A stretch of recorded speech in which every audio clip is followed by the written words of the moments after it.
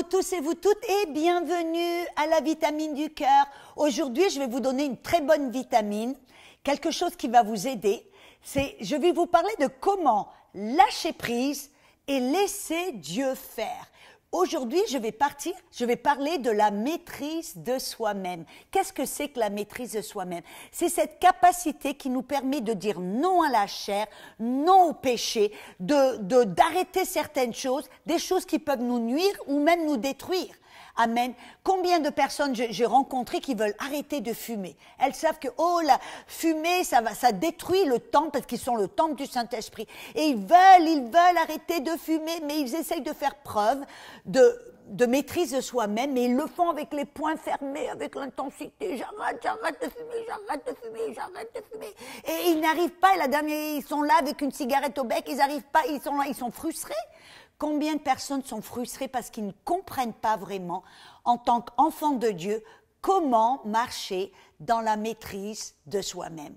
Vous savez que la maîtrise de soi-même, c'est un fruit de l'esprit. C'est ce que Galates 5, versets 22 et 23 nous dit, car le fruit de l'esprit, c'est l'amour, la joie, la paix, la patience, la bonté, la bienveillance, la fidélité, la douceur et la maîtrise de soi. Vous avez remarqué que la maîtrise de soi, c'est un fruit, et c'est un fruit de l'esprit, tout comme l'amour, la paix et la joie. C'est l'esprit qui est en nous. Vous voyez, c'est tout comme un pommier. Vous voyez, il va porter des fruits. Non pas parce qu'il a les poings fermés, vous voyez jamais le pommier qui est là. On va avoir des pommes. On essaie d'avoir des pommes et il y a une pomme qui sort. Non, il y a la vie, il y a le jus, il y a la vie dans le pommier. Et qu'est-ce que ça produit? Sans effort, ça produit des pommes. De la même manière, l'Esprit de Dieu qui est en nous va produire des fruits. Amen. Et un de ces fruits, comme on a vu, c'est la maîtrise de soi-même. C'est pour cela que Jésus a dit, dans Jean 15, verset 5, il dit « Je suis la vigne et vous êtes les sarments, celui qui demeure en moi et moi en lui porte beaucoup de fruits. » Et il dit « Car sans moi, vous ne pouvez rien faire. » Là, il y a deux vérités que j'aimerais souligner. Voyez, parce que quand on demeure en Christ et Christ demeure en nous, et Christ, qu'est-ce que c'est? C'est l'onction. Amen. Qu'est-ce que ça fait? Qu'on va commencer à porter des fruits vraiment sans effort de notre part. Amen. Ça va comme une pomme qui sort d'un pommier. Amen. Comme un pommier qui va produire des pommes. De cette manière, l'Esprit de Dieu en nous va produire des fruits sans vraiment des efforts de notre part. Amen. Et il y a un verset, vous savez, j'ai vu que très souvent les gens ne comprennent pas. Et c'est là où, des fois, les gens tombent dans ce panneau d'essayer d'arrêter de pécher ou d'exercer la maîtrise de soi par les propres efforts, vraiment par une volonté de faire. Voyez? Dans ce verset, dans Romains 8, dans le verset 13, qui dit « Si vous vivez selon la chair, vous mourrez. » D'accord. Mais si par l'esprit, vous faites mourir les actions du corps et vous vivrez. Voyez qu'est-ce que les gens entendent? Que si on vit selon la chair, on va mourir, d'accord? Mais si on vit par l'esprit, alors on fait mourir, vous faites mourir les actions du corps. Voilà, si vous voulez vivre par l'esprit, vous devez faire mourir les actions de la chair. Ce n'est pas ce que ce verset, en fin de compte, veut dire. Il y a une ponctuation là qui est très importante. Là, écoutez ce que ce verset dit. Si vous vivez selon la chair, vous mourrez. Mais si par l'esprit, vous faites mourir les actions du corps, vous vivrez. Qu'est-ce que ça nous révèle?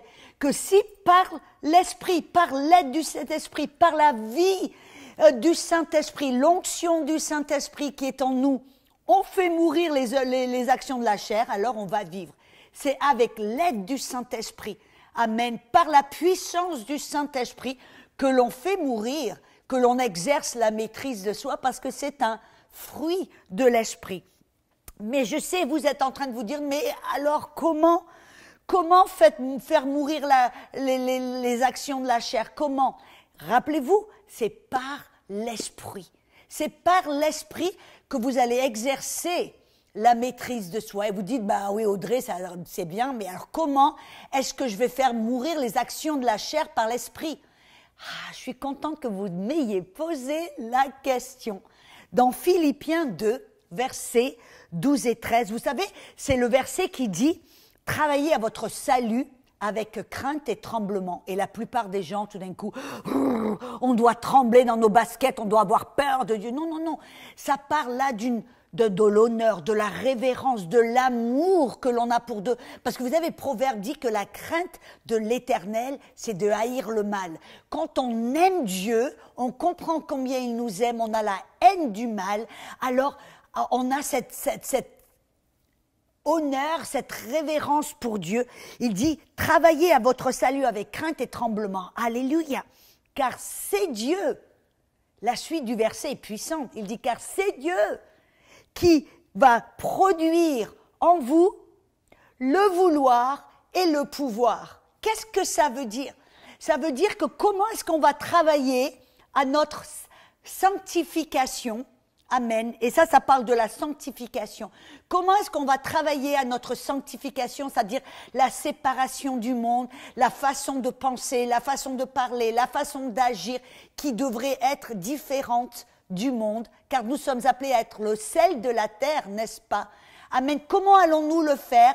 Par l'Esprit. Et comment allons-nous le faire par l'Esprit? C'est Dieu, le Saint-Esprit en vous, qui va vous donner le vouloir et le pouvoir, la puissance de le faire. Ok, je vais vous montrer un petit exemple, comment ça fonctionne.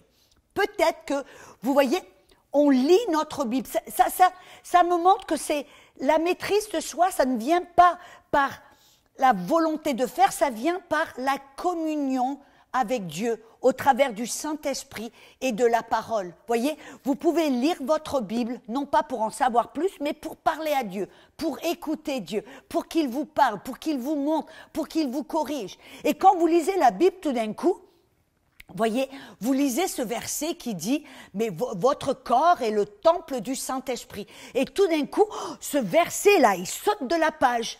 Et tout d'un coup, vous avez cette conscience, ce désir. Oh là là, ouais, je veux arrêter de fumer. Ah ouais, non, mon corps est le temple du Saint-Esprit. Je ne veux pas l'abuser, je ne veux pas le détruire, je veux en prendre soin.